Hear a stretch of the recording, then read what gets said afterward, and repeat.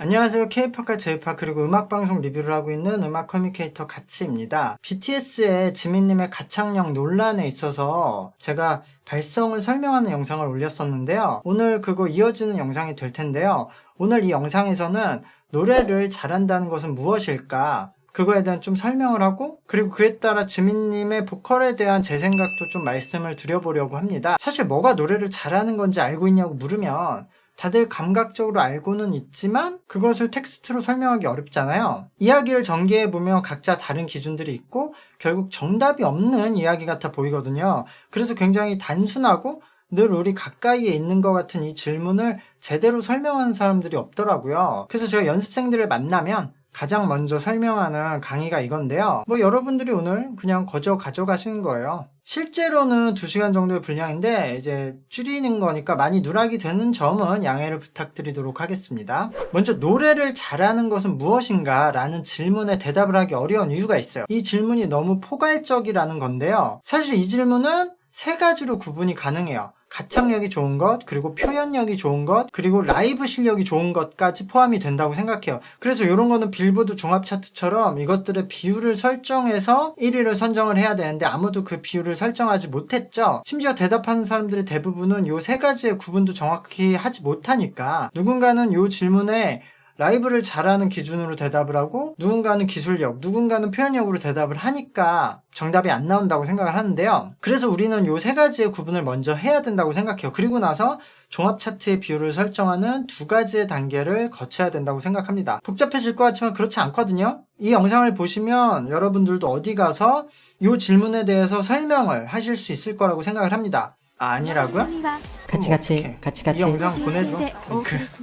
먼저 왜 이렇게 기준이 나뉘게 되었는지도 알아야 되는데 그거는 가수의 형태가 좀 변해왔기 때문인데요. 초기의 노래라는 것은 신에게 바치는 찬사였어요. 그래서 경건하고 맑고 명확한 소리여야 했습니다. 인간들의 이런 표현력은 배제하고 신이 만든 그 소리, 근원에 가까워야 됐거든요. 그래서 인간은 신이 만든 악기이고 악기 본연의 소리만으로 신에게 찬사를 하는 것이었는데요. 그래서 좋은 소리로 신을 찬양하는 사람은 신에게 가까이 갈 수 있는 사람으로 추앙을 받았고요. 많은 사람들이 그런 소리를 내고 싶어 하게 됐죠. 그래서 많은 사람들이 듣고 좋다고 느끼는 소리들을 모으고 그런 소리를 내기 위해 연구한 데이터가 쌓여서 성악의 발성법이 만들어집니다. 이걸 벨칸토 발성법이라고 하는데요. 이건 인간의 몸을 악기로 해서 궁극의 소리를 찾는 방법이에요. 그래서 성악에서는 보컬의 기술, 그러니까 가창력이 거의 전부가 되는 분야가 되거든요. 근데 신에게 바치는 노래가 시간이 흐르면서 하나의 문화가 생기거든요. 연기와 결합이 된 오페라의 등장이죠. 여기서는 단순히 궁극의 소리를 내는 것이 아니라 상황을 표현하고 전달하는 방법이 필요해진 거죠. 그래서 노래에서는 표현력이라는 항목이 생기게 됩니다. 혹시 발성과 창법이라는 이야기를 들어보셨나요?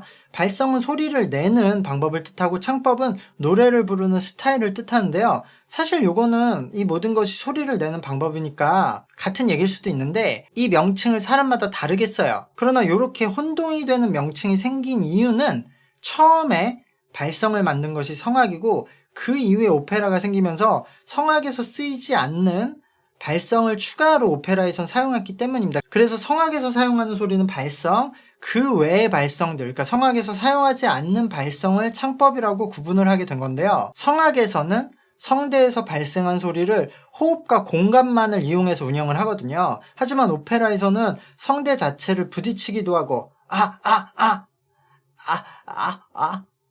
몸의 근육이나 입을 통해서 만드는 소리까지 사용을 하거든요. 자, 그러면은 이렇게 구분이 되는 거예요. 소리 자체의 기술력을 가창력, 그리고 곡의 감정을 전달하는 기술을 표현력. 그럼 여기서 질문이 또 많이 생기겠죠? 설명을 위해서 발성에 대해서 조금 더 자세히 들어가 볼게요. 애초에 인간이 노래를 왜 들을까요? 더 올라가서 인간은 소리를 왜 들을까요? 더 올라가서 동물에게 소리란 어떤 것일까요? 애초에 뇌가 소리를 들으면 지금 상황이 위험한지 아닌지 파악하는 것이 가장 중요해요. 자연에서 들려오는 소리, 다른 동물들의 소리를 듣고 이게 위험한 상황인지 내가 그냥 편안하게 생각해도 되는 상황인지를 파악하는 것이 사실 동물이 소리를 듣고 뇌가 하는 가장 중요한 일이겠죠. 그러니까 아무리 노래 가사가 있고 좋은 표현력으로 굉장히 공감이 될 만한 노래를 잘 해도 뇌는 먼저 소리 자체를 듣고 위험한지 아닌지 판단을 하는 게 중요해요. 그래서 발성이 중요한 건데요. 성악에서는 오랜 데이터 축적과 연구를 통해서 인간의 뇌가 가장 편안하게 느낄 수 있는 소리를 찾은 거예요. 불협화음은 왜 듣기가 싫을까요? 음정이 불안하면 왜 이상하게 들릴까요? 그것은 평온한 자연에서는 그런 불규칙한 소리가 없기 때문이죠. 변화가 심하고 불규칙한 소리는 평온한 자연이 아니라 무언가 위험할 가능성이 있다는 건데요. 왜 울림이 적은 소리는 노래를 못한다고 느껴질까요? 동물이 근육에 힘을 주고 큰 소리를 내면 울림이 거의 만들어지지 않기 때문이거든요. 그런 소리는 나를 향해 공격을 하고 있는 소리라고 뇌가 인식할 가능성이 많기 때문이죠. 마찬가지로 울림이 적은 상태에서 고음은 나를 향해 짜증을 내는 소리, 그러니까 이것도 마찬가지로 공격을 하는 소리라고 인식할 수가 있는 거죠. 그냥 이렇게 내면 지금 이것이 진짜로 짜증을 내는 것이 아니라 노래를 하고 있다는 것을 뇌에게 전달하기 위해서는 울림으로써 차이를 만들어줘야 되는 거예요. 근데 이런 것들을 설명할 수 있는 트레이너가 현저히 적어요. 그러니까 다들 울림이 중요하다, 음정이 정확히 맞는 게 중요하다라고 말을 하는데 이것들이 왜 중요한지는 설명을 할 수 없는 거죠. 그러니까 이런 질문들이 계속 풀이가 되지 않고 마구 뒤섞이니까 정답이 안 나온다고 생각을 해요. 그래서 일단은 발성 그리고 보컬의 기술력이 중요하다고 생각해요. 이것이 기본기가 되는 건데요. 아무리 표현력이 좋아도 소리 자체에 문제가 있으면 뇌는 이상하다고 느끼게 돼요. 그래서 한국도 마찬가지고 전 세계에서는 발성이 좋아서 보컬의 기술력, 그러니까 가창력이 좋은 가수들을 가장 노래를 잘하는 가수라고 많이 말을 하게 돼요. 한국의 뭐 이선희님, 뭐 소양님, 하현우 같은 분들이 그렇고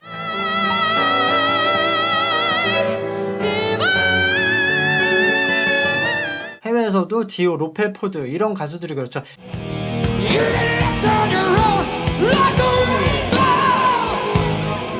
일본에서도 결국에는 이런 보컬의 기술력이 좋은 뭐 미샤, 코지 같은 분들이 가장 노래를 잘하는 가수로 꼽히거든요.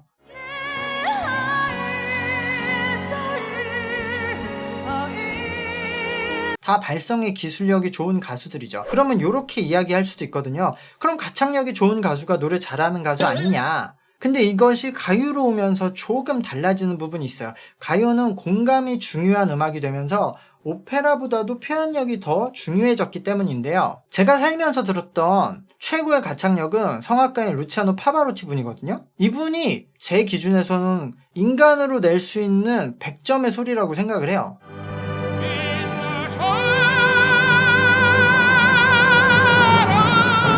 그러나 파바로티의 노래랑 머라이어의 노래를 들으면 여러분이 만약 둘 중에 한 개의 노래만 평생 들어야 한다면 어느 쪽을 선택하시겠습니까?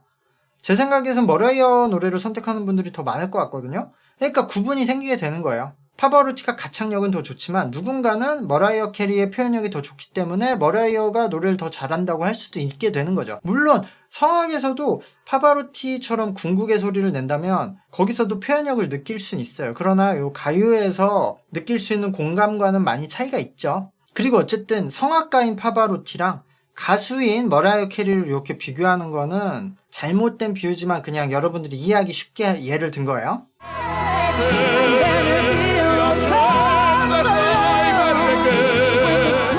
그럼 이렇게 생각하실 수도 있거든요. 가창력도 최고로 만들고 표현력도 최고로 만들면 되잖아. 근데 여기서 문제가 생겨요. 이건 다시 벨칸토 발성법으로 돌아가는데 성악은 신에게 전달하는 소리를 위해서 궁극의 소리를 찾은 거거든요. 신에게는 어떤 언어나 문장이나 이 인간의 표현력이 필요 없으니까 그냥 소리 자체로 전달하면 되니까요. 그래서 여기서는 표현력이 빠졌다고 말씀드렸잖아요. 그 말인즉슨 벨칸토 발성법에서 빠진 창법들은 궁극의 소리를 방해한다는 말이에요. 궁극의 소리의 기술력, 소리의 가창력을 높이기 위해서는 그 창법들이 빠질 필요가 없는데 빠졌다는 것은 이걸 방해한다는 소리. 그러니까 표현력을 위해서 사용하는 창법은 궁극의 발성을 방해하는 것들이다. 그래서 우리는 가창력과 표현력을 따로따로 계속 성장시킬 수가 없어요. 내가 가진 보컬의 잠재력이 100이라면 여기서 가창력과 표현력을 배분해야 돼요. 한쪽이 늘면 한쪽이 줄어드는 구조다. 그래서 가요는 가창력만을 중시할 수도 없고 표현력만을 중시할 수도 없는 분야가 된 거예요. 좋은 소리를 가지고 좋은 표현까지 해야 되는 장르. 여기서 그래서 이제 세 가지 구분이 되는 건데요. 가창력이 좋다, 보컬의 기술력이 좋다, 표현력이 좋다, 감정을 전달하는 방법이 능숙하다, 밸런스가 좋다. 가창력과 표현력의 비율이 좋다. 저는 개인적으로 이 비율을 7대3으로 생각해요. 기본적으로 뇌는 소리를 듣기 때문에 보편적인 사람들의 뇌가 이상하게 듣지 않을 정도의 발성의 기술력은 70% 정도는 필요하다고 생각해요. 그렇지 않으면 제대로 된 표현도 하기 어렵거든요. 근데 그렇다고 그것이 지나쳐버리면 성악처럼 어떤 곡을 들어도 비슷한 소리로만 들리기 때문에 좋지 않다고 생각해요, 오히려. 그래서 우리는 발성은 뛰어나는데, 그래서 누가 봐도 저 사람은 노래를 잘한다고, 진짜 가창력이 좋다고 말하지만 히트곡을 별로 못 내는 가수들을 많이 보게 되죠. 예를 들어 나와 같다면을 부르신 김현우님과 이문세님의 무대를 보면 조금 비교가 되거든요. 이문세님도 발성의 기술이 굉장히 뛰어난 분이에요. 거기에 이문세님은 이 보컬의 밸런스도 완벽하다고 생각해요.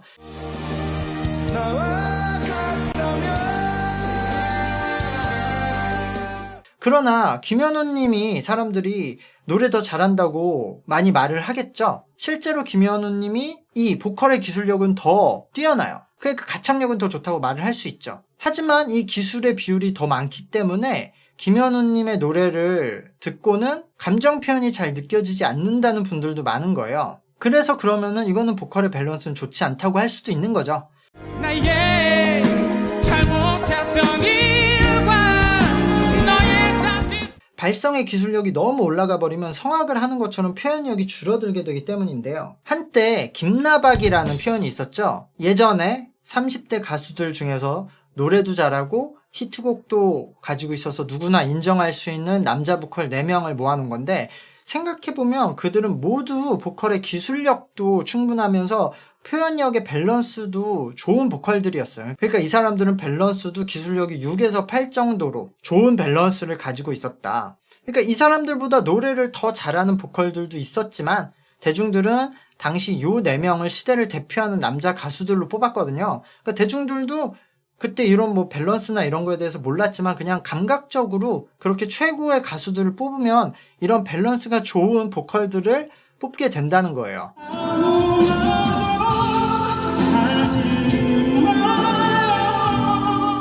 다시 정리를 해볼게요. 가창력이 좋다, 보컬의 기술력이 좋다, 그리고 표현력이 좋다는 거는 감정을 전달하는 방법이 능숙하다는 거, 그리고 밸런스가 좋다는 거는 요 가창력과 표현력의 비율이 좋다는 건데요. 그러면 이것들을 총합해서, 그러니까 가창력과 표현력, 이 점수들을 합쳐서 노래를 잘한다라고 평가를 할 수 있는 건데요. 저는 여기 한 100점 만점이라고 가정을 했을 때 가창력과 표현력의 합이 한 60점 정도를 넘으면 노래를 잘한다고 표현을 하거든요. 그럼 여기서도 다양한 유형이 발생을 하게 돼요. 가창력은 많은 비율을 차지하기 때문에 가창력이 뛰어난 가수는 대개 총점이 60점이 넘어서 노래를 잘한다고 말하게 돼요. 가창력 점수가 뭐 한 50점 넘으면 표현력 점수가 10점만 넘어도 60점은 넘으니까요. 그러나 표현력을 중시하는 가수는 표현력 점수가 아무리 높아도 총점이 60점을 못 넘는 경우가 있겠죠. 그래서 표현력은 좋지만 노래를 잘하는 건 아닌 가수들도 생기는 거예요. 그리고 밸런스는 좋지만 노래를 잘하지 못한 가수들도 있겠죠. 기술과 표현의 밸런스는 7대3 정도로 좋지만 총점이 아직 60점을 못 넘는 가수들, 이런 보컬들은 이 비율을 지키면서 성장을 해나가면 좋은 보컬로 성장할 가능성이 높겠죠. 그러나 여기서도 모두가 100점을 가지고 있는 게 아니죠. 총점이. 잠재력은 사람들마다 달라요. 그래서 누구는 50점이 만점이라서 어떻게 해도 노래를 잘하는 수준에 도달할 수 없기도 하고요. 누군가는 70점 만점, 누군가는 90점이 만점이라서 이 총점이 높을수록 잠재력이 좋다고도 말을 할 수 있는 거죠. 그리고 여기서는 타고난 재능이라는 말도 설명할 수 있는데요. 이 총점 자체를 높게 가지고 태어난 사람도 타고난 재능, 그러니까 90점 이상의 총점을 가지고 태어난 사람들은 타고난 재능이라고 할 수 있죠. 근데 약간 예외도 발생해요. 총점과 상관없이 태어날 때부터 시작하는 점수가 높은 보컬 자체도 타고난 재능이라고 할 수 있어요. 보통 사람들은 10점이나 한 20점 정도로 시작을 하는데 한 40점 정도로 시작하는 사람들이 있거든요. 이러면 이 사람들은 60점이 멀지 않았잖아요. 그러니까 타고난 재능이다. 그러나 이런 사람들도 총점이 항상 높은 건 아니죠. 40점으로 시작했는데 총점이 뭐 80점, 90점일 수도 있지만 그럼 정말 타고난 사람.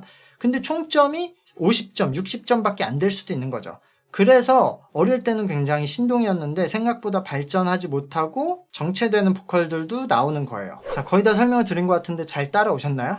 그러니까 노래를 잘한다는 것은 기술과 가창력을 포함해서 총 점수가 60점이 넘는 보컬이다. 그럼 여기서 이런 유형도 발생을 해요. 기술력이 좋지 않아서 밸런스가 좋지 않지만 표현력이 굉장히 좋아서 총점이 60점이 넘는 보컬. 자, 이제 지민님의 이야기 차례인데요. 저는 지민님이 이 유형에 속한다고 생각을 해요. 지민님의 발성이 좋은 건 아니에요. 제가 지민님의 발성에 대해서는 이전 영상에서 설명을 했으니까 보시면 되는데, 벨칸터 발성의 기준으로 따지면 안정성을 높여주는 입의 공간의 사용이 너무 적어서 소리의 불안함을 높이게 되고요. 거기에 표현력을 넣는 창법을 너무 많이 사용해요. 지민님 특유의 소리가 그런 건데요.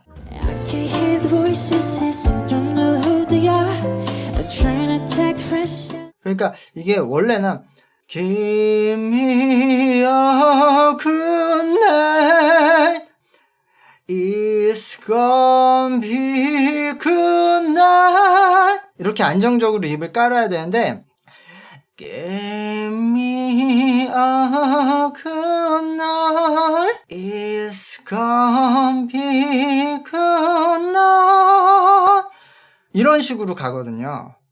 어리석게 미친 나를 안아놓나 랄랄라랄랄랄랄랄랄랄랄라 랄랄라랄랄랄랄랄랄랄랄라 랄랄라랄랄라 랄랄라랄랄랄랄랄랄라 이게 이 표현력을 위한 그러니까 창법이 되게 많이 들어가는 거예요. 이런 지민님의 특유의 소리들이 그런 거예요. 제가 이 노래를 정확히 외우진 못해서 대충 부른 거긴 한데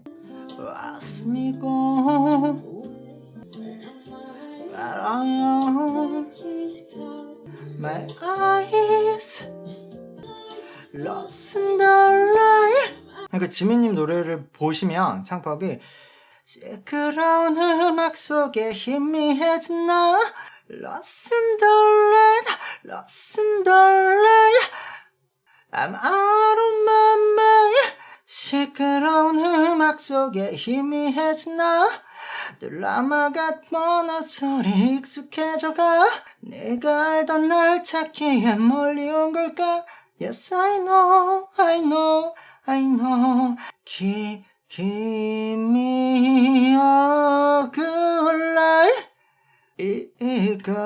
It's gonna be good night, night. 그래서 누군가 저에게 지민님의 발성에 대해서 물어보시면 저는 좋지 않은 발성이다 라고 얘기를 해요. 그리고 요 때문에 많은 사람들이 지민님의 보컬에 대해서 안 좋게 평가를 하는 거라고도 생각을 해요. 그러나 말씀드렸듯이 총점을 봐야 된다는 거죠. 볼빨간 사춘기의 안진영님의 가창력은 그럼 얼마나 될까요? 보이즈 플래닛에서 지금 보컬 코치를 하고 있는 이만별님의 창법이 과연 좋은 창법일까? 이만별님이 기술력의 점수는 훨씬 높긴 한데 이런 발성의 메커니즘은 지민님과 비슷하거든요.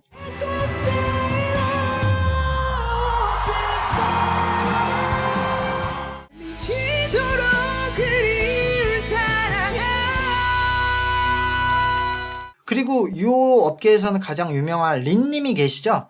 린님의 창법은 훨씬 더 안 좋아요. 하지만 그 창법에서 마이너스가 되는 부분들을 다 없애고 어느 정도의 기술력을 받쳐놓은 상태에서 이 표현력을 엄청 높여서 본인만의 색깔을 만드신 거거든요. 그래서 린님이 노래 못한다고 하는 분 없잖아요. 아직 사랑하는 나 너도 알고 있잖아. 저는 지민의 총점이 60점에는 터치하는 보컬이다 라고 생각을 해요. 그래서 이렇게 말을 할 수 있겠죠. 지민은 발성이 좋지 않지만 표현력이 좋은 보컬이다. 그래서 노래를 잘하는 수준에 들어간다. 저는 이렇게 생각해요.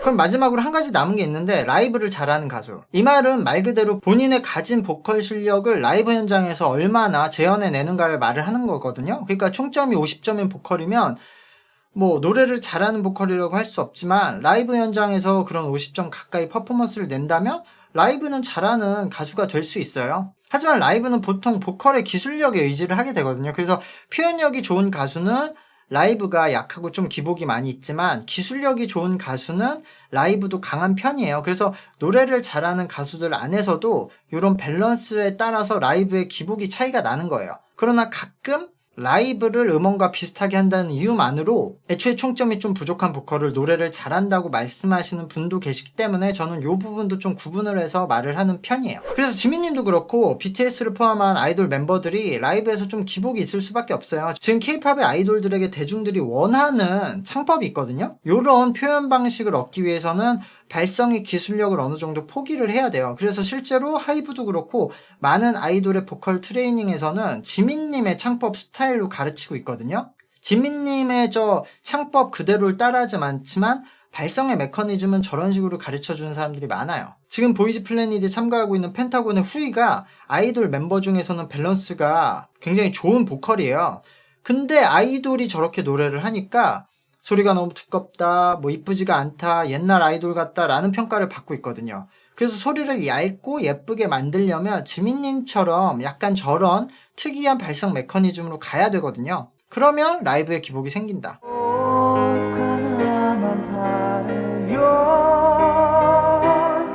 설명이 잘 되었는지 모르겠네요. 이거 몇 분을 얘기했지? 근데 사실 제가 숨겨두었던 비장의 카드, 노래를 가장 잘하는 방법이 따로 있어서 이것까지 여러분들에게 공개를 하려고 합니다. 제가 요 강의를 할 때도 항상 연습생들에게 이 이야기로 마무리를 하는데요. 그것은 바로 나를 좋아하게 만드는 거예요. 우리가 좋아하는 사람은 목소리, 표정, 냄새까지도 편안하게 느끼고 가장 좋은 감정을 전달받게 되거든요.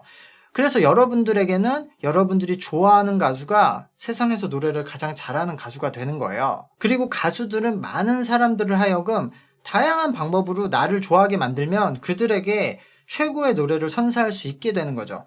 노래라는 것도 결국 하나의 수단이에요. 아무리 발성의 기술이 좋아도 표현력이 없으면 감정 전달이 되지 않듯 아무리 노래를 잘해도 그 사람에게 호감이 없으면 노래 실력과 상관없이 노래의 전달력은 떨어지게 되는 거거든요. 그래서 오늘의 결론은 여러분이 좋아하는 가수가 여러분에게는 노래를 가장 잘하는 가수다.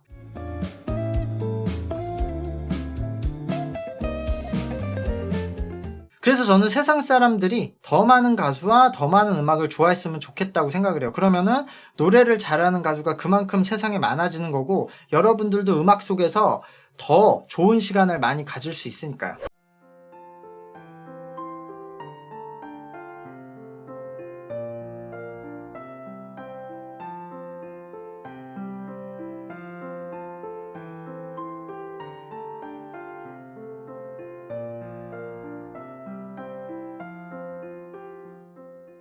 오늘은 여기까지 설명을 드리고요. 여러분들의 질문을 받아서 또 다음에 추가로 설명을 하도록 하겠습니다. 궁금하신 보컬에 대한 분석을 또 요청하시면 시간이 되는 대로 영상을 올리도록 하겠습니다. 구독과 좋아요 잊지 마시고요. 감사합니다. 안녕.